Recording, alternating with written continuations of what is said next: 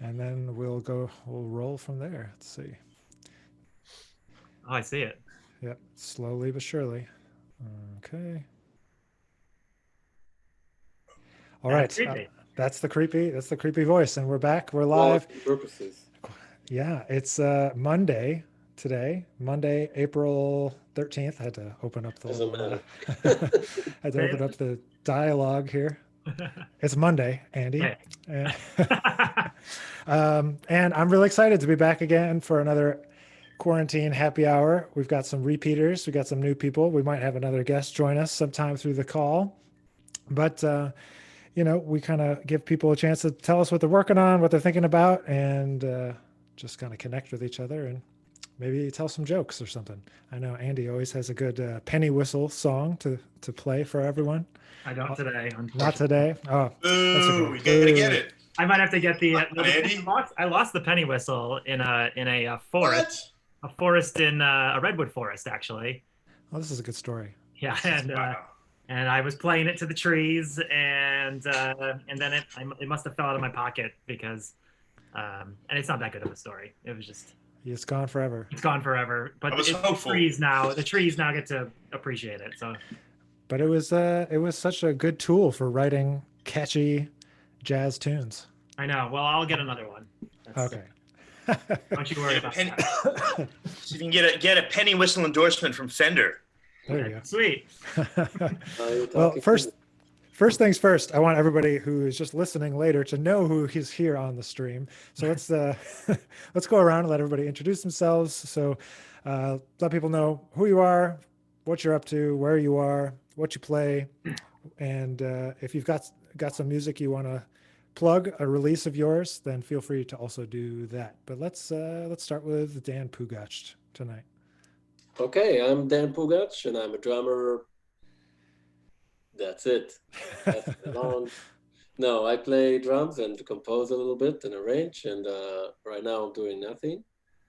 And I usually live in Brooklyn, but we escaped when this all started. We escaped to Connecticut, and now we're here, me and my wife, Nicole Zoridis, the vocalist. And that's it. We released a little single on Outside in March, and we're waiting for a couple of more videos for another release. And that's about it. They're at the mastering engineer. They're coming. I promise. Dan has been anxiously awaiting. And I know there are some people that are watching live on the stream here. So if we get some questions, I might interject with some questions from the audience. So please feel free. Let's see. One of my students is here. Hi, Josh. And Hey, Josh. I don't know who. I guess. Hi, this Josh. is- yeah. Everybody. And I'm not sure who this is for. Maybe Andrew, Posey, Simmons. Oh, that's my cousin. Hey, Oh, Posey. she says hello. Hey, Posey. Thanks for listening.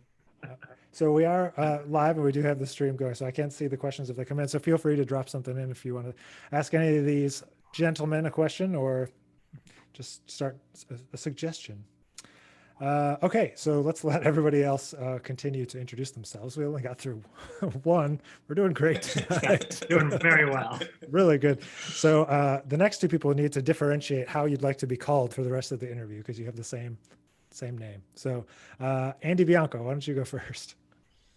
All right, how you doing, everybody? So once again, Nick, thanks for hosting this podcast. I really enjoyed this, a lot of fun. And Dan and Andrew, it's great to see you both. My name is Andy Bianco. I'm a professional performing guitarist, composer, and jazz artist based out of Brooklyn.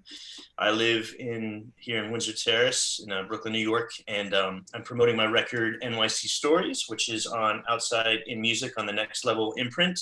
It's available on all platforms. And that came out on February 7th. And I'm also promoting a record that I'm on, and a good friend of mine's album, his name is George Burton, and he has a new record called Reciprocity on Inner Circle Records. That's a great record too. So please check both of those out, and look forward to getting into some interesting topics and having a good time today. So thank you. Beautiful. And Andy Gutauskas. Yeah, you can call me, I don't know, Gutauskas? Is that Okay, how you can sure. differentiate? Gutauskas. Andrew Gutauskas, and I'm a baritone saxophonist and other woodwinds, and I live in Astoria, Queens, in New York City. And I don't have any. Well, yeah, I do have one project that's we're waiting to release. Working on releasing a new album that I recorded last year. It's a trio record with Josh Paris on bass and Chris Smith on drums, and so that's due to come out sometime this year. And I have another record on Outside In called Look Up from 2017 and on Outside In Music. And I have another project that I'm working on, a band called Brass Against. It's a rock brass group, and we just released an EP, our first original EP, on the 11th of April. So we're excited about that and hope that a lot of people get to listen to it and listen to lots of music, because we all need to listen to lots of music to get through this crazy time. This is true. Thanks for having me on, Nick. Appreciate everything course. you're doing for everybody and keeping us all somewhat sane and social. So I think before we go too far, we do need to know what you guys are drinking. I see Andy has a very fancy cocktail. Andy Bianco. This is Andy Bianco, yeah. Well, Andrew has a fancier jar though. He's got the mason jar, which is that's super trendy, super hipster. So I got to give him points for that.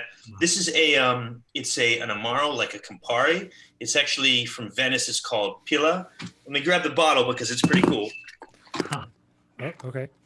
He's off. He's gone. We'll see if he comes back. Just leave a blank chair there for like 25 He's minutes. back. Right, so this stuff here, it's like Campari, but cheaper. So it's just nice little Mediterranean cocktail. I am half Italian, so this with some fresh Sicilian lemon juice on the rocks. It's nice, smooth, delicious. Yeah. How about you, Andrew? This is just some kombucha that my girlfriend makes herself and infused with pineapple and mango. And I put some tequila and mice in it. So it tastes delicious. Man, how do you make kombucha? Well, there's this little like bacteria thing called a SCOBY. It's like this kind of like long, slimy looking thing. And it's kind of like in the shape of a disc. And so you basically brew a bunch of sweet tea. And then you get this little thing called the SCOBY, and it kind of just rests on top, and it eats the sugar from the sugar and the sweet tea from the sweet tea, thus carbonating turning the sugar into carbonation and whatever that, I don't know science. So sounds like a terrifying process. Yeah, it's like a week long, and then the thing grows. You can like separate it, and it just keeps growing. You can make more, and anyway, it's been great to have just a nice little treat for the two of us. Yeah. So it's supposed to be healthy, right? It's great for your guts. It's really good for your guts. That's what they say. Okay. It just tastes good to me. Have you had it, Dan? No. I've only had it like once or twice. I don't see a reason. Effervescent. I haven't had a reason to try it yet. I mean, I think the last time I think I've tried it on tour. It was the only time I've tried it. And then like trying to be quote unquote healthy while on the road, like, hey, let me drink this kombucha. And then I'd take like 3 sips and I throw it away. Oh yeah. Well, it was because Diana was on the road working on a show. She's an actor. If those who are listening that don't know, and yeah, so if someone in her show was like, "Here, you want to do this?" And so she just started it because it was like extra SCOBY, and extra. She had extra. Oh, I see. So is it kind of like a sourdough starter kind of? Kind of, yeah. And it grows, keeps growing, this SCOBY thing. So you after you use it a couple times to like eat the sugar on the, we do a couple of brews, it grows. So you have to peel it off, and then you can house it for months and months, like in its own juice for like, and then this just keeps happening where it keeps growing. So you can give it away to people. And anyway, this is really boring. Crazy. That's not. You have a new mustache. Oh yeah, I got a handlebar going. Oh wow, you do. I didn't see it. It was too small. That's amazing. Oh man. I'm not seeing anybody, so it's cool. Well, you're seeing us right now. Yeah, well, that's true. That's good. Nick, I didn't even notice. Hey man, the one thing about kombucha I will say is the first time that I tried it, I wasn't a fan, but it does grow on you, and it is really good, especially if you're on the road. I think it's really good for gut health, especially if you're not eating super healthy because you're on the road, or if you like are drinking too much. I feel like it's good, and it's the type of thing once you get into it. Like when I first had it, I didn't like it, and now I love it. It's like probiotics kind of vibe. Yeah.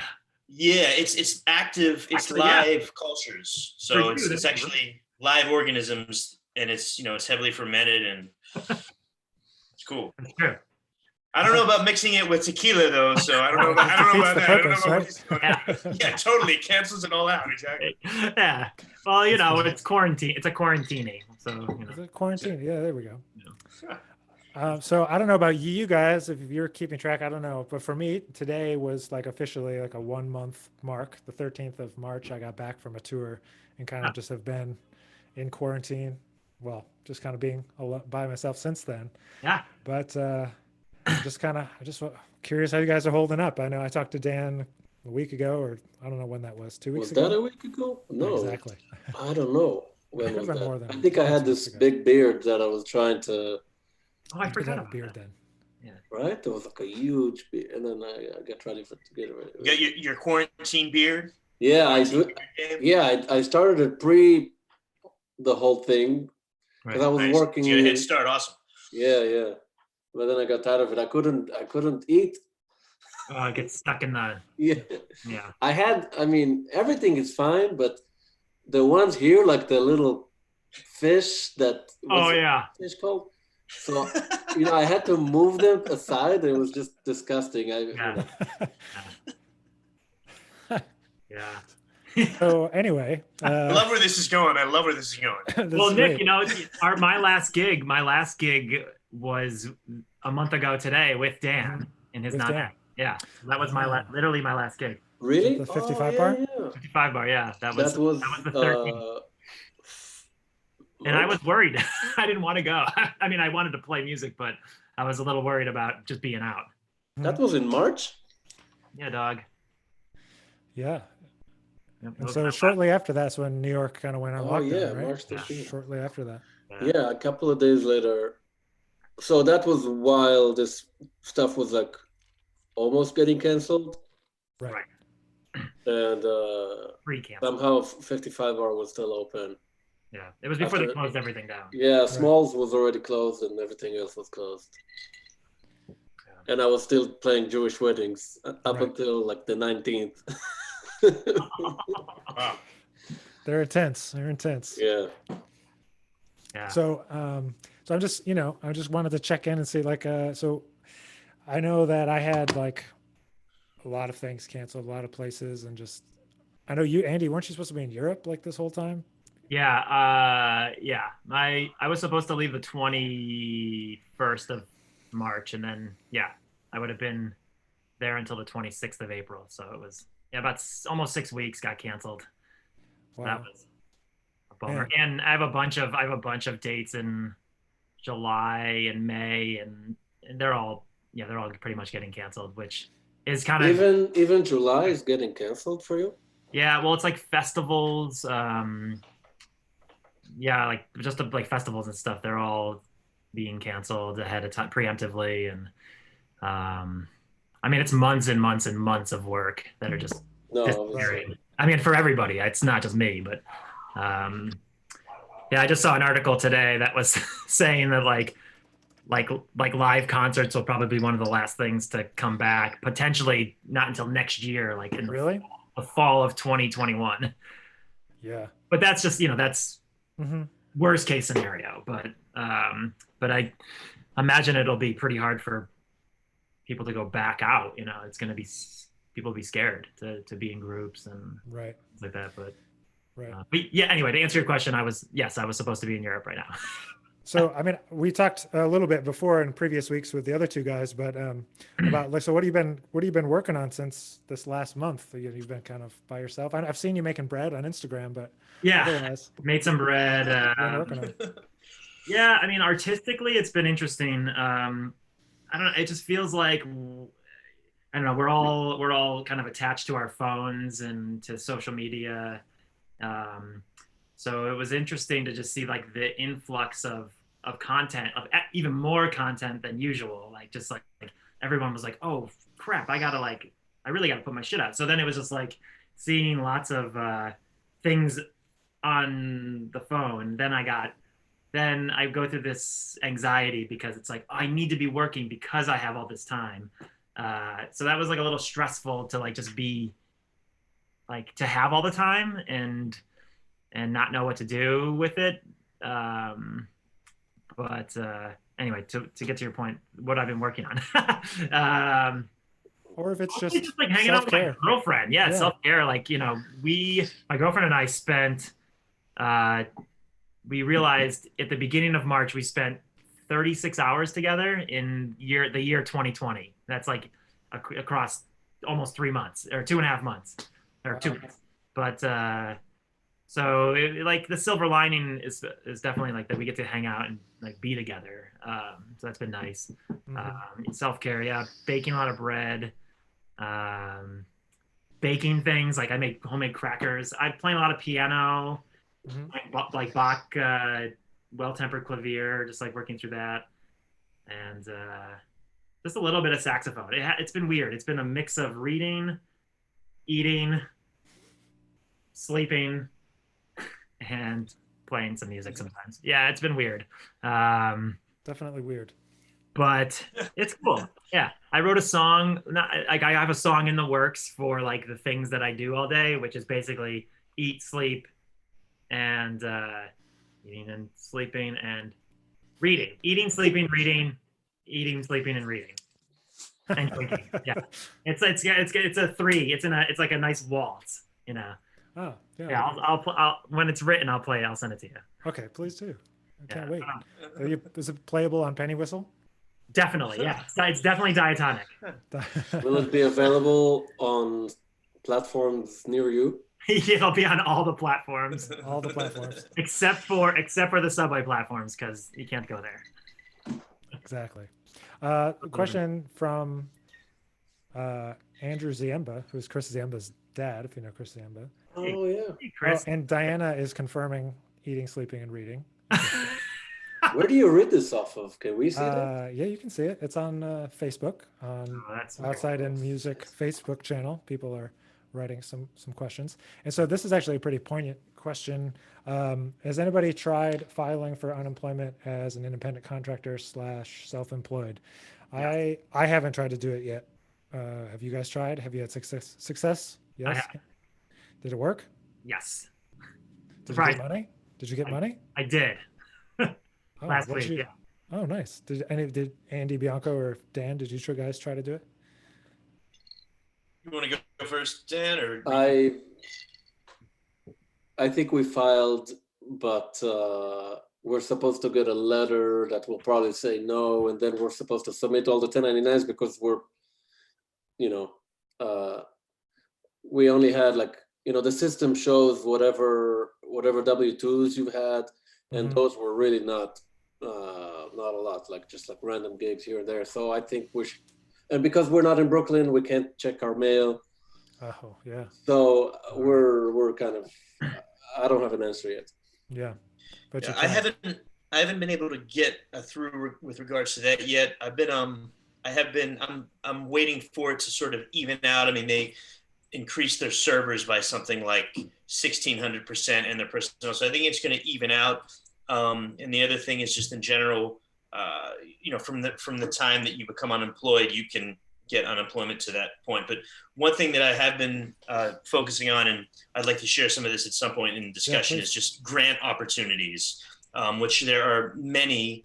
So I've been sort of focusing on that, and I'm grateful I've had some success with that. And there seems to be every day there's more opportunities that are coming in. And these grants are, they're definitely very helpful. And there seems to be, of course, it depends on the grant, but there's less of a bureaucratic sort of mess as trying to deal with, unemployment.gov in New York State. So, yeah, I tried a few of those, but I also have been dragging my feet because it says, get together all the gigs you missed and with the dates and the venues, listen, one document. And I was like, I'll do it later. And then I missed a bunch of deadlines. Yeah, a bunch of them closed. I'm a member they're a lot of work to Jack together. Yeah. But there's new ones. I mean, there was one that came out literally this morning. Yeah. And I got on it and filled it up. It's through the Jazz Road, which is through South Arts. Yeah, exactly. So I guess it's sort of loosely affiliated with the Chamber CMA Jazz, probably. I'm thinking, but so they're all of them are sharing the same things. Like I'm getting the same emails, the same grants from like American Composer Forum, and then the Arrangers thing, and CMA, and South Arts. Well, South Arts is because when I first, because Dan, you and I were talking about this, I remember a couple weeks back, South Arts. I mean, I heard of that through CMA Jazz, and for the Jazz Road, that was one of the ones that I learned about through CMA. But this one that they came out today, it's not the typical Jazz Road touring scholarship. Right. It's a specific COVID-19. And it's for $1,000, and it's actually a super quick. But literally, I mean, I submitted it. I mean, I will. So I did this morning. So it had been open for a couple hours, and I did get sort of kicked out of the site. It crashed twice. Yeah. But literally, it took me about 15 minutes to do. Now, for example, the Music Cares scholarship, which is another good one from the Grammy Foundation, that took a lot longer to do. That took me like all day to do. But that's a really good one too. I think my wife filed for both of us. Yeah. For the Music Cares. I don't know. I can interject on the unemployment thing really quick. Like a suggestion. I don't know if either of you tried this, but if you they split, at least in New York State, they split up the days by your last name. It's like A through H on Monday, like days you can apply, but Thursday through Sunday it's open. And also, I would suggest, like, I started my application really early. Like, it was like, I don't know. Well, it wasn't that early. It was like 9 a.m. But they opened at 7:30, and like at 9 a.m. It's early for musicians. At 9 a.m., I was able to get through the website. And there's a form now for just COVID. Hey, Martina. Nice background. How are you? I put this on yesterday. I forgot. It's really good. So that's sorry great. I'm late, guys. My phone broke, and I've just been dealing with that. Okay. No problem. Sorry, Andy, you were telling us about the unemployment. Well, there's a new, like, there's instructions for self-employed artists such as ourselves, where you kind of just, it's like a form that tells you how to fill out the unemployment for New York State. So yeah, I mean, just as if it's worth checking out again and doing it early, like in the morning. But I can send you the link to the form where they tell you like what to fill out for those of us who are self-employed. Do you have to submit like 1099s? No. Okay. Yeah, it was weird actually. It is weird. It's very atypical. Yeah, I mean, they have all of your stuff on files through the taxes. That's true. They see who your employers are, but when you write self-employed, that gives you the access to the PUI, the pandemic fund. That's for those who are affected by COVID, such as us. So that's something to check it out, and I can send it to you, help you out if you have questions. But yeah, I got my check this last week. Oh, nice. Direct deposit. Dinner's on you then, Andrew. Yeah, crazy.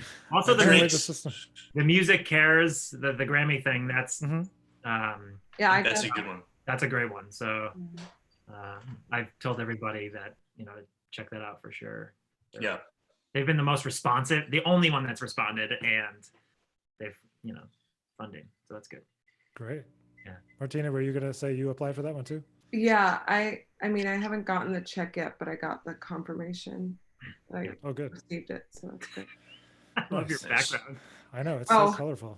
Yeah, I said that yesterday. I forgot about it. Well, now that you're here and we have a little break in the conversation slightly, why don't you introduce yourself to those people that are listening and not watching and didn't see you enter the conversation. Right. Hi, I'm Martina. I am a vocalist, and I released a record on Outside in Music in December with bassist Dan Shimmy Shimolinsky. Our project is called Shimmy Tina. And I also have a band called the Ladybugs, and I work with other people as well. Lots of people. Yeah. And that holiday project did super well. You guys were rock stars in Rolling Stone. Oh yeah, that was pretty awesome. Nice. Yeah. I didn't see any of that. Sorry. Andy doesn't You go don't on have to social say media. that. That's great. That's great news. Congratulations. Thank you. Yeah. I'm really self-centered and don't pay attention to anything. No, you just don't look at your phone ever. You don't go on social media, I thought. Sometimes, yeah, most of the time. Anyway. Yeah. But speaking of phones, this is the worst time to be without a phone. Yeah, how are you going to get a new phone? Well, I was talking to T-Mobile today. They said they're going to send me a new one, but it's just, I've just been dealing with that. Luckily, I figured out how to post to Instagram from my computer, so that's good. Oh, you can do that. There's a little hack. I can, yeah. Yeah, you can do it. It's possible. Yeah, it's possible. So Martina, what have you been up to? These other guys have shared kind of what they've been. Well, Andy shared what he's been doing. He's been making kombucha, just FYI. Oh, very cool. Spiking it with tequila. But what have you been doing? What have you been up to? I've just been working on a lot of video collabs and making some videos as well with Josh, my husband, and some solo videos. But yeah, there's been doing that. That's been a very small source of income for me right now because people are sending me donations via PayPal. So that's nice. It's awesome. It's great. Yeah. I need to set up a Patreon too. That's on the list. And I've had some online students and cooking a lot of food. So much food. Seems to be a universal truth. I saw Dan made, what did you get? Made lasagna yesterday? Stalking you on the internet. I don't remember. I don't even know what day it is. We've been making food every day, and we made like cookies. It wasn't a lasagna. It was like a eggplant thing. Eggplant parm? Eggplant parm, yeah. Yeah, we've been making that like all the time. I never had it before. I never thought it would be good, but it's actually good. It's really good. It's great. It's awesome. Homemade sauce, I hope. Everything from scratch, from blood, from my flesh.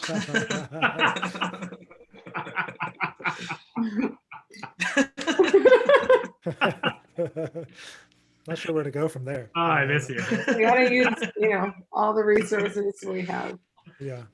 So Dan, I know you and Nicole did what did you guys did like your concert on Friday, like a couple days ago? Yeah. So yeah.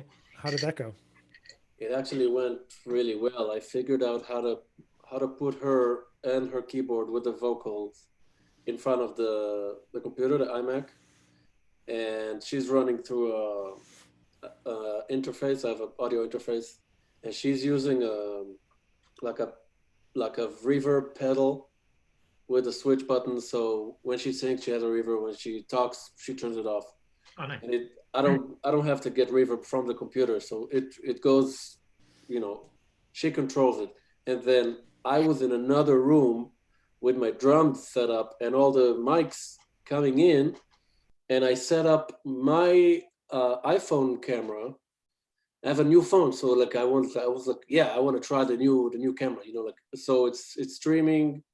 So basically, we were both connected to the same audio interface and with multiple cameras. And she did the main frame where she's singing and playing and reading the comments and taking requests. And people can donate, tips. Some people have been very overly generous. Awesome.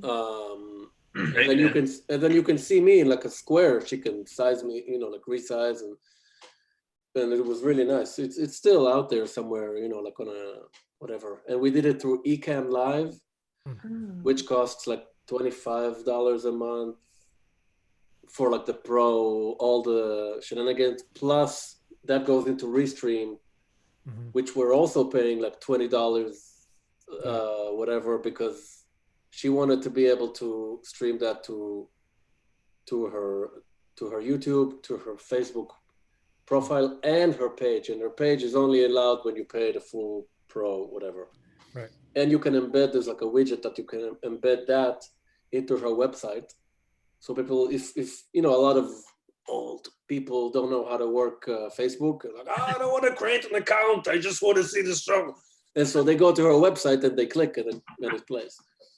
So that's going to be our Friday. That's going to be like her thing that she does every Friday, like 4:30, I guess. It's like a kind of like an early side cocktail hour for like 2 hours. We're just playing requests and people throw in money, and it's pretty cool. Nice, man. It's awesome. It's a great plan. Yeah. So you guys are using Ecamm Live, the software, and Restream. And Restream. Yeah, I use Restream as well, but obviously this is just Zoom, so that seems like it might be a better option. Ecamm. Ecamm Live. I think it's got 2 M's. Yeah, I'm gonna write that down too. And what was the other one? Restream. Restream.io. That's how you. And also I don't know if you want to use your built-in camera, if it's good or not, or if you want to use another one. There's an app called Epocam. I don't know. Does it read backwards? No, it's not backwards. It's just a little blurry. Okay, so it's called Epocam HD. That app cost me $8. But what it does is you put it on the phone and on the computer, and then once the app is on, the phone turns into a streaming like a webcam, like a HD top webcam. Oh yeah. And then I put it in the other room, and it sits on the Wi-Fi. And then I can stream myself as a second camera. Wow. From the other room, cool. And it was kind of cool. That's awesome. Nice. It's great. Have you guys tried out Twitch at all? No. What's your experience been like with that, Nick? There's not that many people doing music stuff over there. Right. It's mostly video game stuff. So if you have a channel and you're not if you can't drive the traffic there yourself, there's probably not a lot of organic people searching for music stuff there. Maybe it's changing, but I've been streaming tons of stuff over there, and I get the report at the end of the show, and it usually says 0. Oh. So but that's just my yeah, no, I mean, I don't know. Wouldn't be more successful. But. No, I mean, I'm just looking into it right now because, yeah. There's been some people that have been using this website called Crowdcast as well. I didn't hear about that. Yeah, I heard that. We did that for the Tana and Antonio Sanchez put a festival called Live from Our Living Rooms, and they were using Crowdcast. The thing is that everyone has to create a login thing to participate. So it's easier. It's harder for viewers to get to it. Yeah, I guess. But it puts up a paywall though, right? So it's not donations. It's like they tickets. Put a pay. Yeah, I don't know the options, but yeah. That's cool. Yeah. Good to know though. I mean, it's good information to share because we are all trying to. Who knows how long we're going to have to figure out how to do this for? So. I know, and even when it's over, it's like, what's going to be on the other side? I mean, the economy is just in such a rough place. I just don't feel confident that my work schedule will return back to normal for a really long time. I don't know, personally. Yeah. I agree. I'm with you 100%. Do you guys teach? Did you guys? I mean, I know Nick teaches at college, but did you guys have lessons before all this online thing? Yeah, well, I teach at the new school. I have one student right now, and so that kind of shifted to online teaching. Okay. Which has been interesting because they've had to literally change their whole platform in the matter of weeks, and that's definitely been an interesting thing to try to teach lessons online, and just like it's a different thing for sure. But it's been did any of you use airgigs.com? No. I have used it in the past. Yeah. Is it good? Is it basically what for? What did I do with it? I'm trying to remember which website this is. I'm pulling it up right now. Because I heard about it, Oh, and yeah. there's a list of things I'm supposed to be doing, but I This is never one. get around to it because I'm either sleeping or eating. So Reading. Or reading. I brought books with me Yeah. when we left Brooklyn, but Where are you right now? we're in Connecticut. Oh, cool. We're in West Haven. So we air did 2 gigs, trips.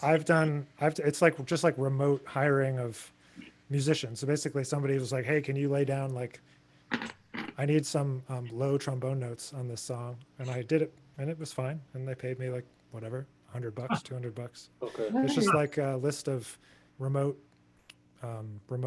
playing. They send you whatever, a click track. and you just, Like recording. It's like for Yeah. okay. yeah, Oh, cool. it's like recording stuff. It's not lessons or anything. But I've been seeing new lesson things pop up here and there. Websites. Spotify has a platform like that as well, right? What is it? Oh, you know they what it's do. called? That's new, right? Spotify. What is it called? I'll look it up. Spotify artists. They have a whole thing. Sound Better or something? Right. Sound Better. I think that's what it's called. Yeah, Sound Better. It's the What does similar that kind of do? thing. Well, I don't know if you have to be like curated into their thing, but you can, how it works. It's like it says browse curated pros to do remote recordings for your projects. So let's see, I see engineers here and mastering and producers and singers, drummers. Yeah, so it's like it's similar to Air Gigs, I guess, but it's by Spotify. It's under Sound Better. That's what it's called. Cool. Yeah. I want to sound better. Well, That's the so Andy, I know you were saying that you had some other resources you might want to share. You were talking a couple minutes ago. Yeah, just in terms of the grant opportunities. And this is a really I'm grateful for this. I'm sure we all are. It seems like each day there's new grants that are coming out. The one specifically that I wanted to mention is the New Music Solidarity Fund is one. Of course, the Grammy Cares, the Music Cares Foundation from the Grammys. That's a great one, and they're very responsive. Jennifer Neff? I actually spoke with her, so it's like you can actually talk to staff.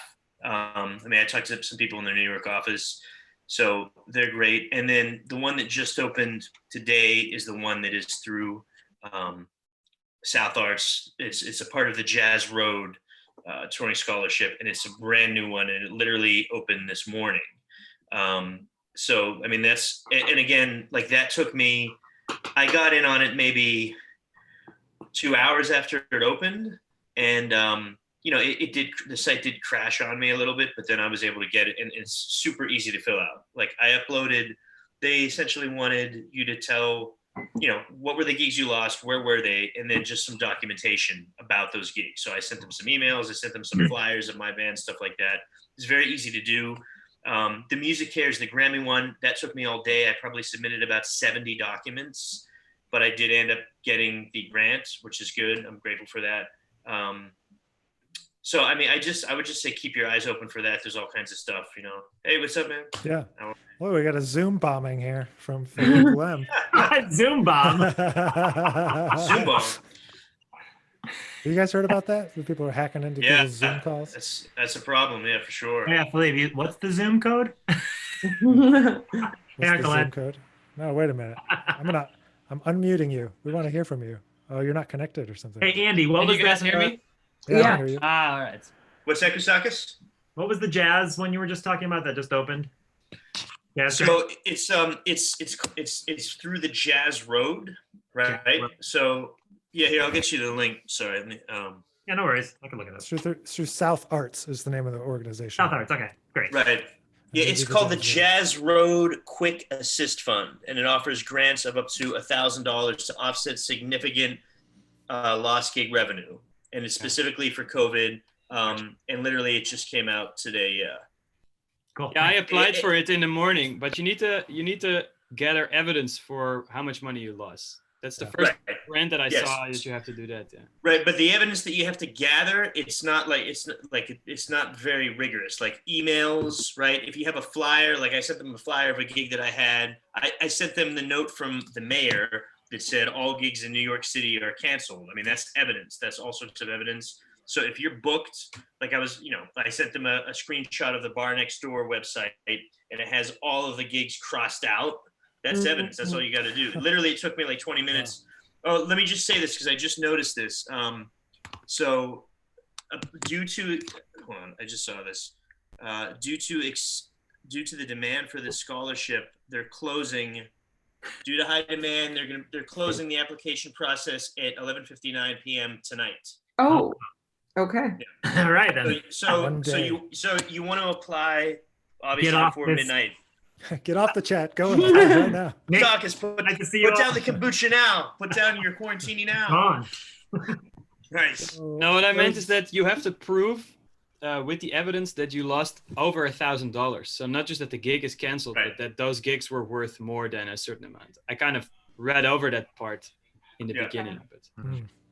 So, hi, Phillippe. Do you want to introduce yourself to those that might watch or listen later? Hi, I'm Phillippe. I play drums, and I'm from the Netherlands, from Amsterdam. But you're in New York, right? Oh. Yep, I'm in New York. And do you want to tell people about your project you've been working on, or is it still top secret? Oh no, it's not top secret. I mean, you're talking about the course, right? Yeah. Yeah. So in the last 3 weeks, I made this video course on how to book a tour. Basically, it's probably not interesting for some of you, but it's more for people that have never booked a tour before and that pretty much need sort of a step-by-step guidance. Like, first we're going to do this, then we're going to do this, pay attention to this. And if I would teach this as a class in a college or in a school, it would be like, after this class, 4 months, everybody has booked a tour. So it's very practical.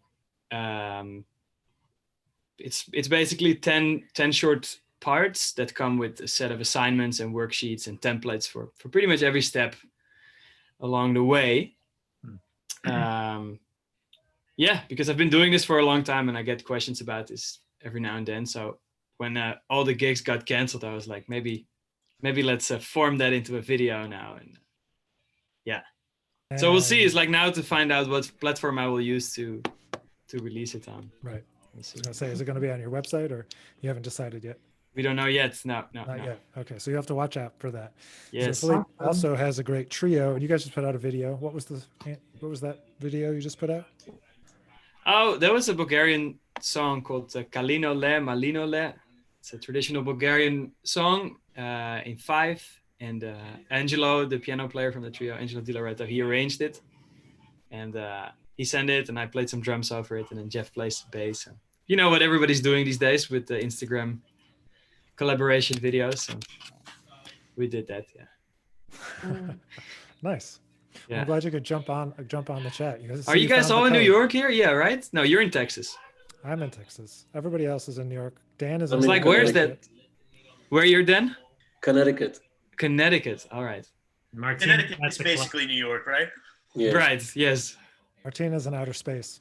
Yeah, where are you? I know, my shoulders keep disappearing. Yeah. I'm It's in. like you're in a black hole. Yeah, maybe I'll take it off. I'm in. Wow. This is my apartment. Boxes of stuff that can't go to storage because storage is closed. But yeah, so I'm in New York. Okay. Yeah, because Nick, you have like sunlight coming in. I was like, which part of New York are you in? What's going on there?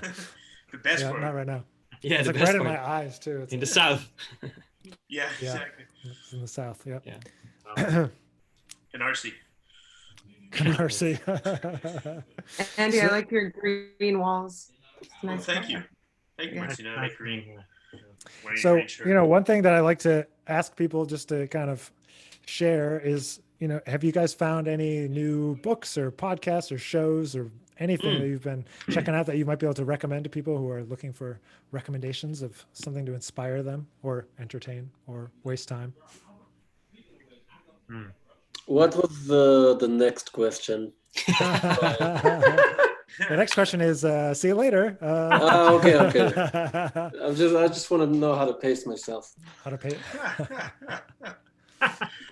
Nobody has to have any recommendations, but sometimes people have really great things that they've been checking out that it's worth, I'm interested to know. Yeah. Everyone's, I think, is watching Tiger King, so I started watching that. That's been pretty interesting. Yeah, you start to look a bit like him, I think, with Thank you. I gotta work on my lingo though. It's a little I've read a couple of books. I read this book by this guy Majid Nawaz, who's a reformed Islamist. So that was very interesting. He's actually married to a friend of mine, and really amazing book. And then the book about that girl who was shot in Pakistan years ago, Malala. It's called I Am Malala.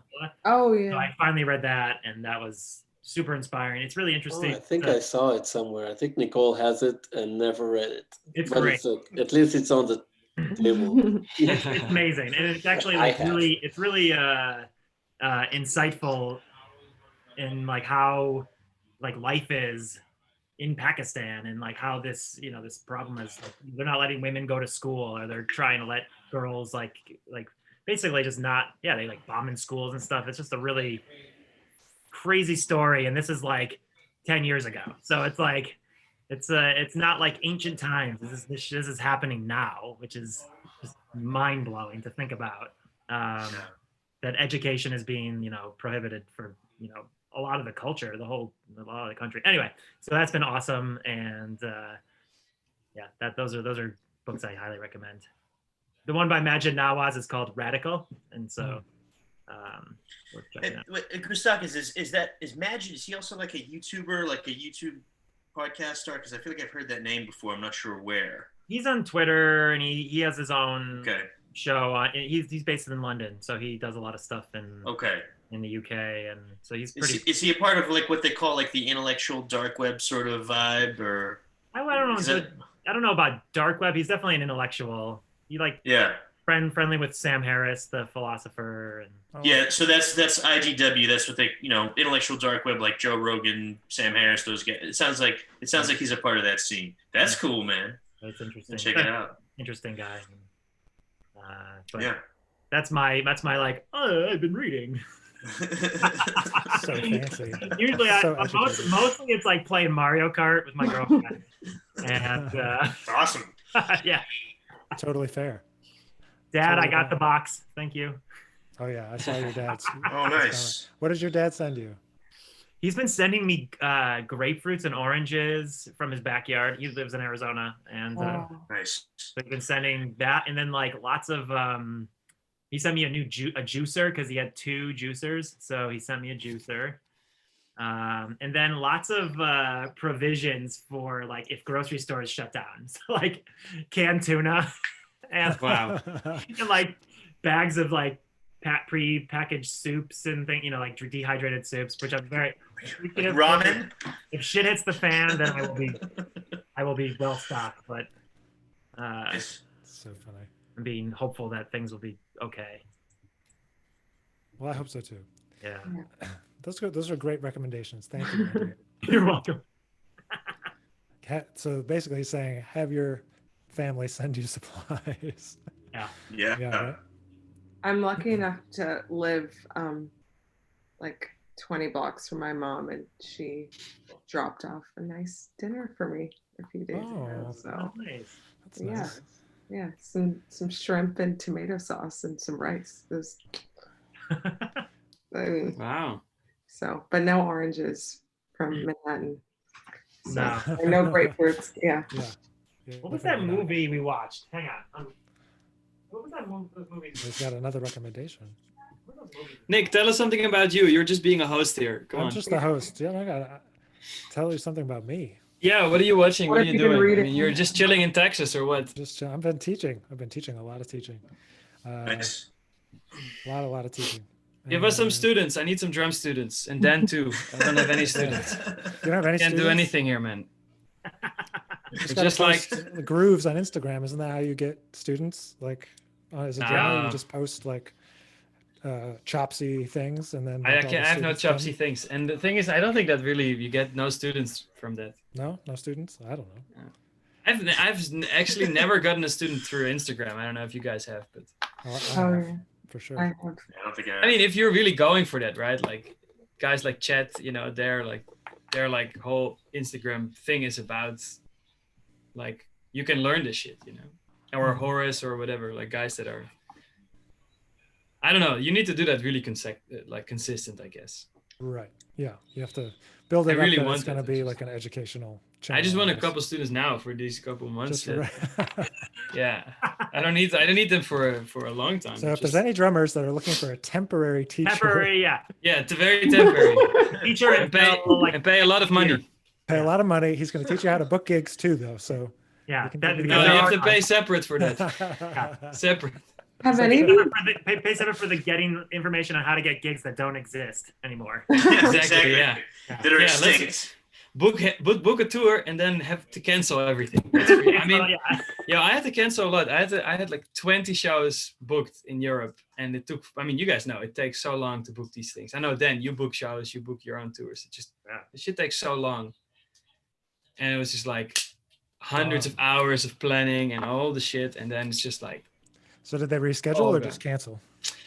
I don't know, but you guys maybe have the same thing. It's so hard, the rescheduling thing, because I'm trying to put everything into October now, like in fall, because we're going to the same region, but everyone is trying to push their gigs to October and November. So all the venues are like, they prioritize, you know, they're going to be like, well, whatever, like this band was supposed to play, so we have to prioritize those. So everything is sort of pushed forward now.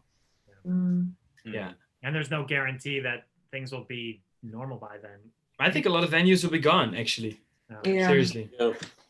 The other thing that's a concern about October and November, I mean, hopefully not, but I mean, it does seem like a safe distance where it clears what we're going through right now. But I mean, as I'm sure many of you have also heard, it seems like if there is going to be sort of a recurring second wave of this, the fall is when I've heard that, because it's supposed to subside in the summer. So it's really hard to figure out what the roadmap is going forward, I think, for everybody, which is not comforting, to say the least.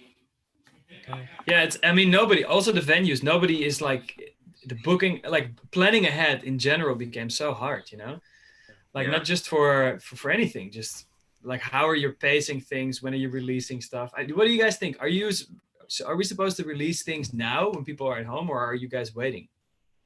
I think it's a great time to It's a release. good time to release. Yeah? Yeah. Well, You guys would release a record now. well, I mean, I have a band that we just released something, and it just seems like, I don't know what it would have been if we didn't release, or if everything was regular and we released it, if we would have gotten the same response. But it seems like those that are receiving it are like needed it. Honestly. Yeah, exactly. Like people are so hungry for art right now. And I mean, I'm getting, you know, I'm trying to post like 2 videos a week. So it's not a record, but people write to me saying like, thank you, that got me through my day. Like, It's great. every time. So I think. But besides the sort of like, all right, we make some people happy with the music, right? Before we have a release, because we have a tour coming up, and you want to sort of like capitalize in whatever way on the release, you know, the newness. But now I don't know how to capitalize on it. Like not just financially, but like in terms of getting certain press things, or booking certain shows, or like all these things that sort of come together with that. Like, how do you? Well, I mean, the press outlets are doing a lot more right now, actually, than usual. So it's actually easier to get coverage now than usual, to be honest, from the label point of view. They're all doing stuff like this. They're all doing chats. They're having interviews. They're doing stuff. Downbeat is doing digital editions like way more often. But yeah, if you're planning a big tour, then yeah, you probably should wait. But if you're not planning a tour, like some people are usually would put stuff out without a big tour, they might just have a couple shows, then there's no reason to wait, in my opinion. But if you really want to wait, but it's like you could wait 6 months and it gets canceled again. What are you just going to wait a whole year to release this You're album? right. That's the thing that sucks. Like, I'm just worried. Like, I'm putting everything now for October, and then I'm just like, if that gets canceled too, then I'm like, right. You have nothing. So, and also, like, you can release the record now and release something else to promote the tour, like videos. right. You're right. Yeah. all So those just releases that we're talking about would be stuff that's recorded live pre-COVID, right? Because right now, you can't go into a studio, you can't play with anybody live, so everything would be it's like overdubbed Right. thing. New stuff, you mean? Yeah, it like could if be. let's say, I don't have anything in the oven, although I have, but it's not a record, it's just like content. But from now on, there's nothing I can really produce that's not like a right. like a virtual band thing, So how are we contributing? We're pretty much responsible for what this is going to look like in a year from now. Right. And if everything that comes out is live stuff from before, then I guess it's great. But if we're changing the model to like, okay, I'll record to a click, and I'll send it to you, and you record a bass, and then this is how we're making music now, then we might hurt ourselves. No, I agree with you, Dan. I think there's a risk of that. I mean, I think it's really anybody's guess, to your point, to try to that's a huge question. I think everyone is trying to figure it out. The good news is, well, there's not really a clear path. And, the good news is I think we're all figuring out together, which is good. But yeah, I mean, I have no idea what the live music market is going to look like after this. I think it's going to be, I don't know. I don't want to say anything, but I mean, I don't know. I'm not even cheating on that way of recording. I mean, we're all professional and good.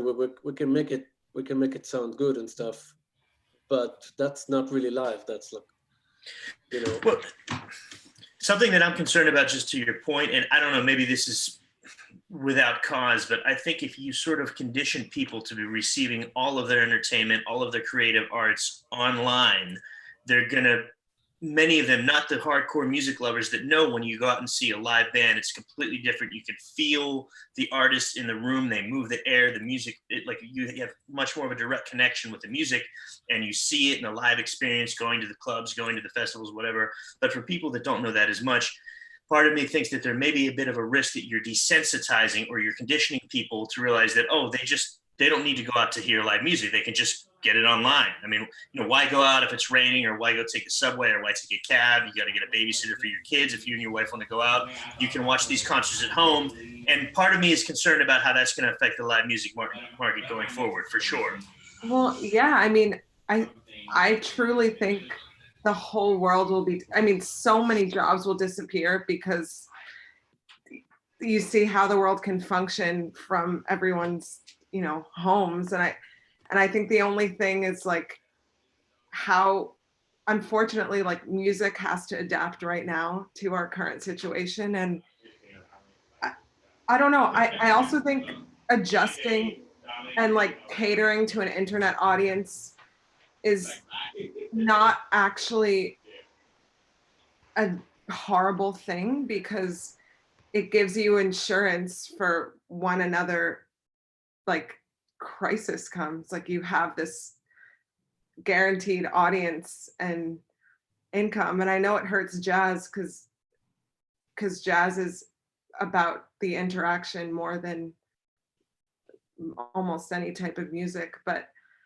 I don't know. I just think about what I can do to adjust and to cater my music to the current.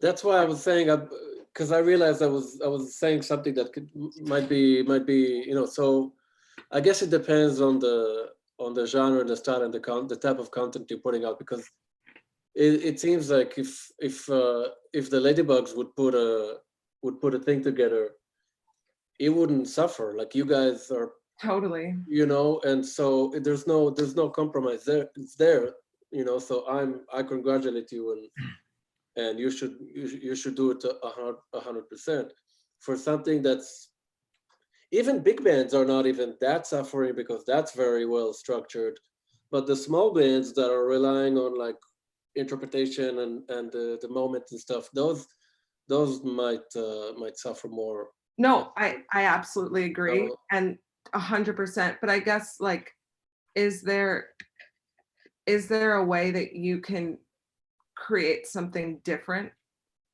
that will fit the situation that we're in? Well, Phillippe, what you have a trio that's like feeding off of each other. What would you do right now?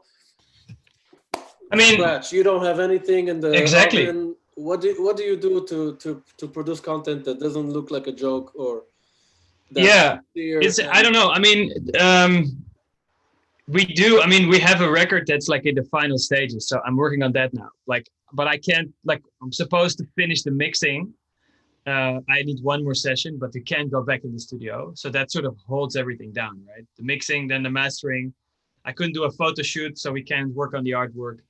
So to produce new content is not really something I'm looking for now. I mean, yes, we're sending each other ideas. Like I compose something, I send it over, they send back the ideas. We kind of work on creating material.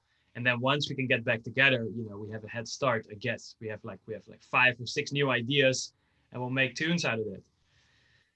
That's just yeah, that's it. But you're right, you can't get together and play now. And for us, always the process was that we were working this sort of out collectively. It's not like, oh, this is the tune, just read it. Sort of we write it with an idea and then we try to find out what works live best, you know, what the right vibe is. So we can't do that now. We can't. Well, there was an app called Jam Kazam, but those things, I don't know. It's a little bit of a turn off, the whole like I need to be in the room. Like I don't really feel like jamming with people. Like it's fun for like a 1-minute Instagram thing to lay down a groove and have something. And maybe it's cool because I can like hit up some people that I usually wouldn't play with. Maybe I haven't done that, but that could be cool if they're interested. But hey, I'm interested. Me too. I'm the best in that price range. You can... Nice. Hey, Nick, did you want to say something? Yeah. I had a question for you. Do you think that, it's something I've been thinking about, do you think the music industry will adapt to a more go back to like a more financially viable recording, like, you know, because records have basically turned into business cards for most people, you know, unless you're very famous. And so do you feel like, and we've had to rely on touring, playing live gigs, do you think that there'll be a shift back to like recording, like money being earned through recording? Or do you think that's like, I don't know, I just something I'm curious about? I mean, I'm not a what do you call a seer? You're a record label. Come on. Well, you're a label. I don't know. You demand answers. That's what you do.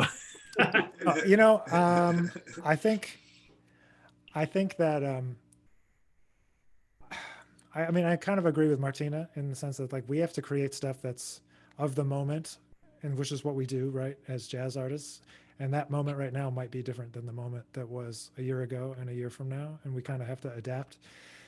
I think that making music to fit how people are consuming it is important, and that means maybe it's shorter and maybe it's not in the way that we normally would.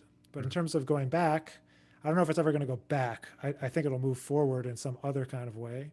I was going to mention this at some point during the podcast, but there's an organization, I'll have to find it again, but that's trying to take this opportunity and show all of this as reason to try to get the big labels to renegotiate the contracts with Spotify and stuff. So it's one of the branches of the musicians union. I forget exactly. I'll have to find it again, but somebody sent it to me to sign this petition to like try to renegotiate the rates for the streaming. And so, I mean, I've said this to people for couple of years, it's like really, it's like if you could just move the decimal point over one spot, and instead of paying 1,000th of a cent, you pay 100th of a cent for a stream. That's going to change a lot of people's incomes by a huge amount, from hundreds of dollars to thousands, or thousands to 10,000s, like a huge amount. And so I think that this could be a moment for artists to catalyze around that idea, which I think we're all behind, getting paid just, a fraction of a cent more. I mean, it adds up to a lot for those services, but they're getting. But would that mean that we all market start share. paying more for the service too? Like, Could be, Spotify Probably. becomes like 10 times more expensive then maybe. as a user. It could be, but they sell so much. They're buying up and creating so much original content now that they're earning money directly on ads and stuff. Like, they own podcast companies, and podcast companies Right. sell ads, so all that money goes right to Spotify. What I haven't seen them do yet, which I think is possible, is that they could just as much act like a label and just start putting out content themselves in music. It's And they like have done Netflix, a right? little Or bit. HBO. Exactly. Right. They haven't started. Apple Music hasn't. Tidal hasn't. A little bit. Spotify's done like singles that I've seen over the years, but I mean, I don't know. I don't think it's going to go back, to answer your question. But I Right, think right, we'll not move back, forward. Right. I think people. No, will of course it's realize- going to go Yeah, back. just What get are you back. talking about? We're going to get over this. It's just like people are sick now, but they're going to get better, and there will be a vaccine for it at some point. Yeah. No, of course. What do you mean we're going forward? Like, people are not getting better anymore? Like, this is just temporarily. Like, let's all agree on that. Let's not freak out too loud. We're going to be out for a couple months. We lost gigs, but once this is over, everything goes back to exactly to how it used to be. I disagree. Yeah. Yeah, I don't agree at all. I disagree on 1,000%. You're being sarcastic, I think. No, I'm not sarcastic at Oh. all. Things are going to go back Oh, exactly how it Yeah, I was. don't agree. Yeah. I don't think it's not possible. Unfortunately, I don't think. I don't think it's going back. I hope you're right. Guys, Right. think about the No, I hope 2000 you're right too, man. Think I'm- about the 2008 crash, right? Everything 2008. fell apart. Yeah. Pandemic. This Everything is way went different, back though. pretty much Yeah. to the same thing after that. And Yeah, we all but thought this like, is way different, though. yeah, I but don't even know. even Way in the worse. specifics there, we thought the financial system is going to reorganize, that we're going to break up Yeah. the big banks. Like, Oh, right. nothing changed. But Even in that it's very not only- specific sector. It's Mm. not only that, like, yeah, a lot of people lost their jobs then, and but the workforce has changed in terms of like offices. I have a friend works for a company, and she said they're just going to get rid of their office now. Everyone's going to work from home. Like in that way, jobs will be eliminated completely, I think. Yeah, Martin, I agree with you completely, Martina. Unfortunately, there's a sociocultural element to this that's unique to a pandemic that makes the whole thing completely different. And it's really apples and oranges. I wish it wasn't the case. And I hope you're right, Phillippe. I really do. But Yeah, I'm right. Trust me. Okay. Just relax. Just buy my Trust you. course. This is like Yes. buy my course I'm my course Can to I- chill. on tour. do you want my credit card? Yes, please. Is it recurring? Announce it here. Yeah. No, it's a But one time. also, Oh, okay.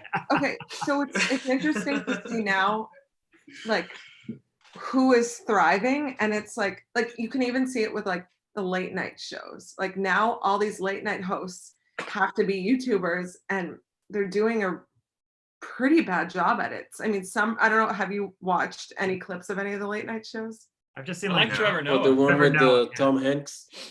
Oh, I didn't see that. I haven't checked in like this week, but like since Yeah, since I mean, quarantine it's started, not I've the seen same. little clips. It's not, I don't watch it. It's not that I don't like it that much. It's weird. It's not I hate good. novels. But what's interesting is like all these hosts have to become creators. And most of them are really, struggling and it's interesting to see like the YouTubers that have their own shows and have all the tools to create beautiful videos on their own. I mean, they're the ones that are succeeding, at least on YouTube, and getting the most views, and they're doing really well right now and making a lot of money. And I just think,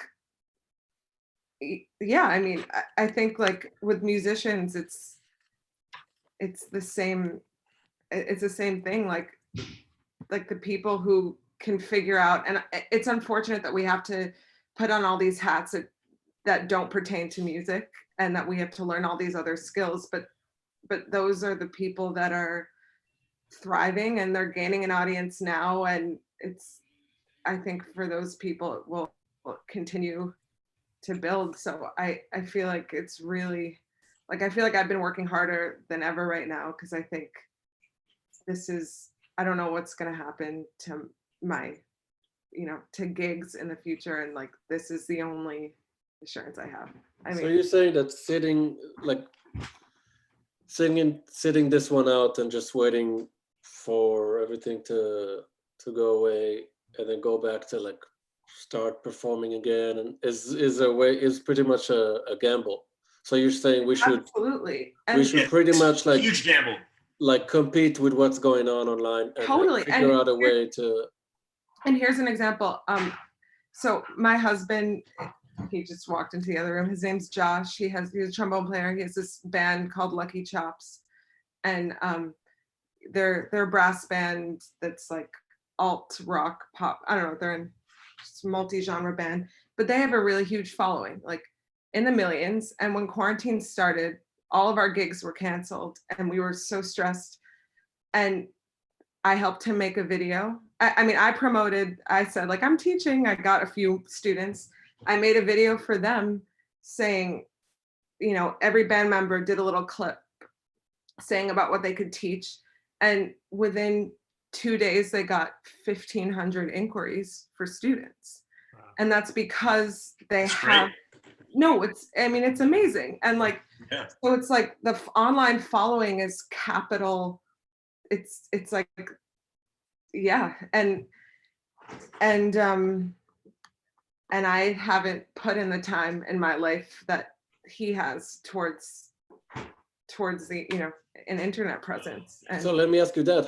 How much were they active outside versus from home promoting videos and doing that stuff? Because, like, in other words, are their followers from before were from live or from online? I think mostly from online. I mean, I think online led to a large live following, because from the beginning, they were really focused on videos. So. Oh, okay. Yeah, I mean, it's like, it's so powerful. And I understand, like, also certain types of music lend themselves more to, like, to having an online appeal. But I think, I think if you start with that and you grow from there, then rather than like building up your following in person, you have new people that are going to know you without having met you, and that will come to your live shows. Yeah. Whenever in the future. Yeah. Yeah, that's always something I've been struggling with, because not to make this, like a course of you teaching us how to be online stars, but if you put on Facebook or Instagram or YouTube, it always feels like it's the same community of friends and targeted ads.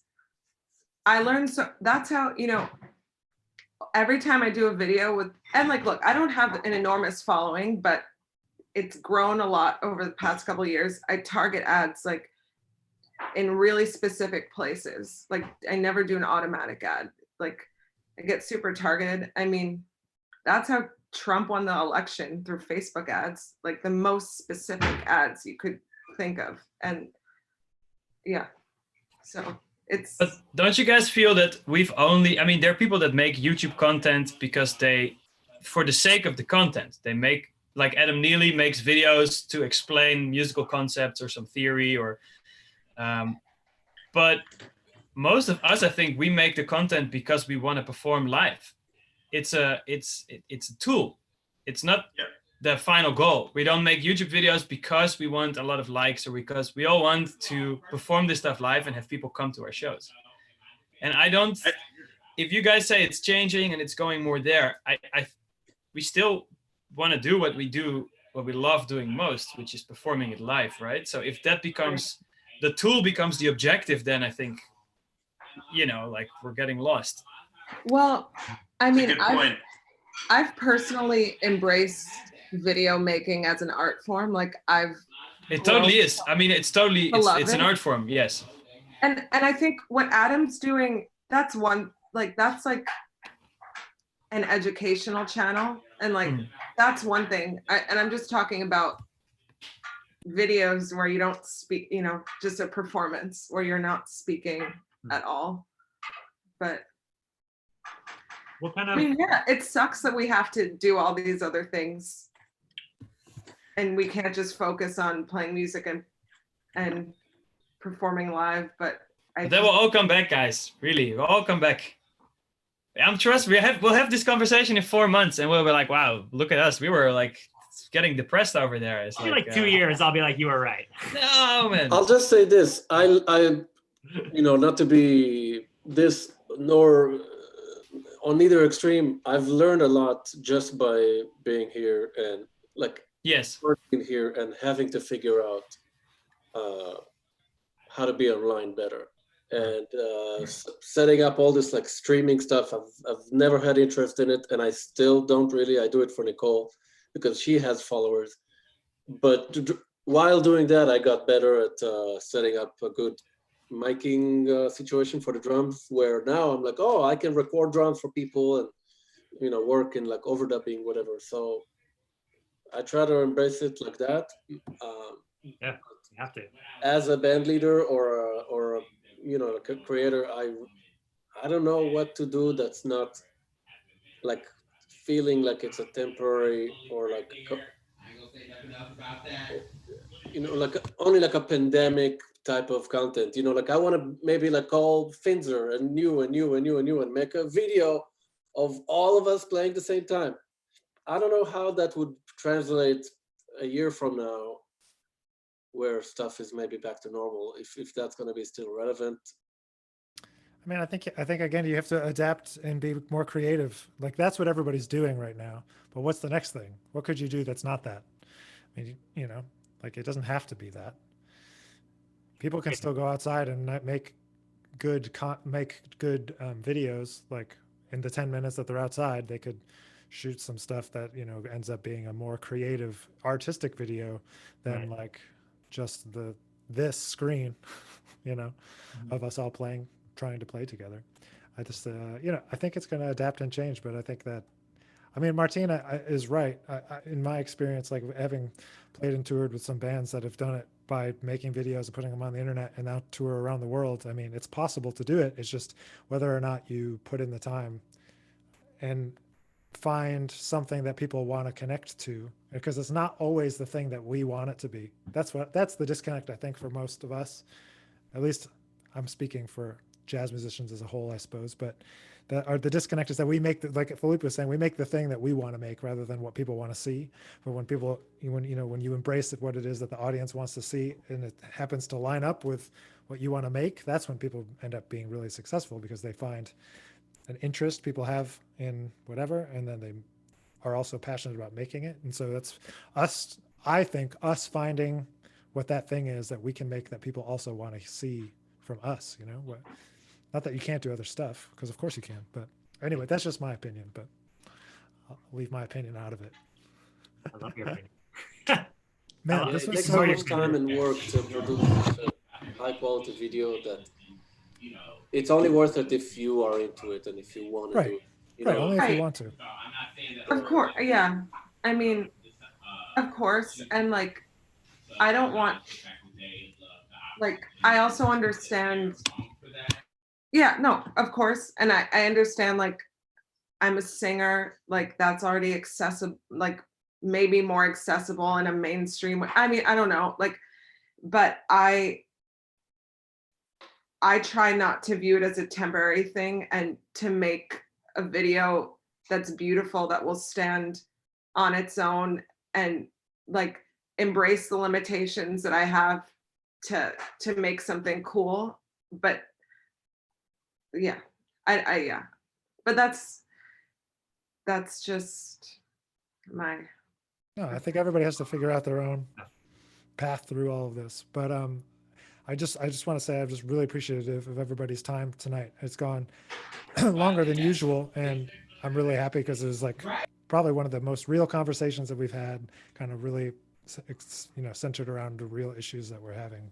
So I'll be glad to have everyone back another time, but I think we should wrap tonight up for now. I don't want to take advantage of anybody. So I just love to go around one more time and let everybody tell people where they want them to connect with them, whether it's on Instagram or website, whatever. Just tell people where to find your stuff. And let's start, let's start with Andy Gutauskas.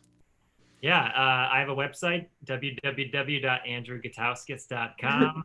And I'm on Instagram with the same name, Facebook, Twitter, and I also have a new Instagram page. As a joke, I started a thing called Sweet Sax Licks. Sweet So good. Sax Licks.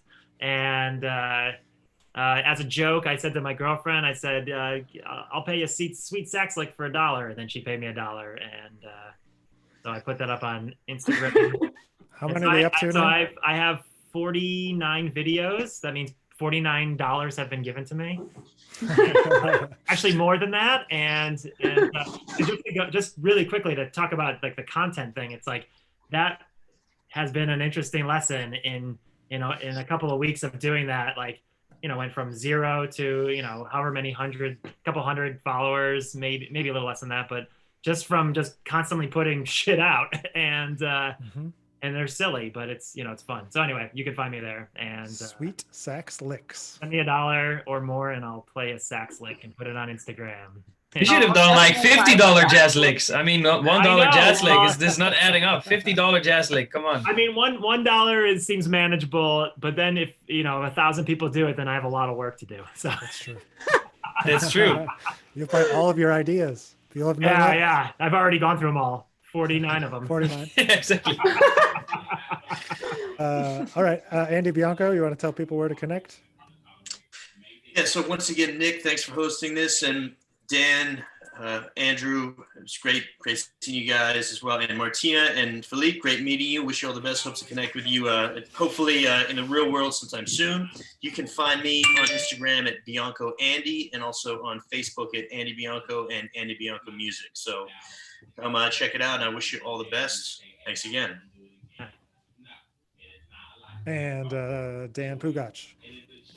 danpugach.com or Instagram /danpugach. Yeah. And on Nicole's channel too. Yeah, probably. Nicole's the writer, but what's her Nicole Z Music? Is that what it is? Yeah. Okay. Martina? My website's under construction, so Instagram, it's Marty Das, and you can subscribe to me on YouTube. Thank you for hosting this, Nick. Yeah, of course. And Phillippe. Yo, so it's at Phillippe Lemm, that's my Instagram, or phillippelemm.com, or Facebook Phillippe Lemm. And there's a secret page that I made a long time ago, which is called Jazz Mustache, which is if you do this, if somebody plays something very, very flashy, like, oh. So I started to take photos of like people doing the jazz mustache, but that might be like a t-shirt line down the line for now. But There you go. like Obama jazz mustache, or yeah. That's So funny. you could follow that one too if you want. Funny. Okay, amazing. Well, thank you all so much. And Thanks, Nick. Thank you. Thanks, Nick. We'll Thanks, see Nick. you all real soon. Great to see you guys. Bye. Glad to see you. Bye, everybody. Later. Take care. Take care. Take care. Bye. The recording has stopped.